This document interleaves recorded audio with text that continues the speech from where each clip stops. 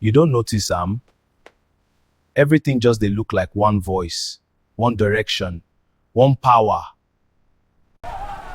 Before, Naija politics be like market. Different parties, different voices, noise everywhere. But now, it be like say that noise don't reduce.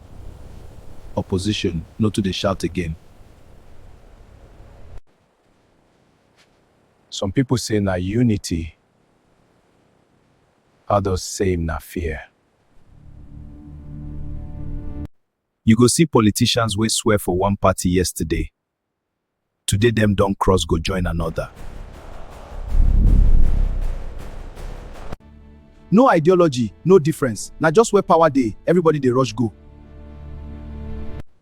So make we ask ourselves, if everybody dey one side, who go question power?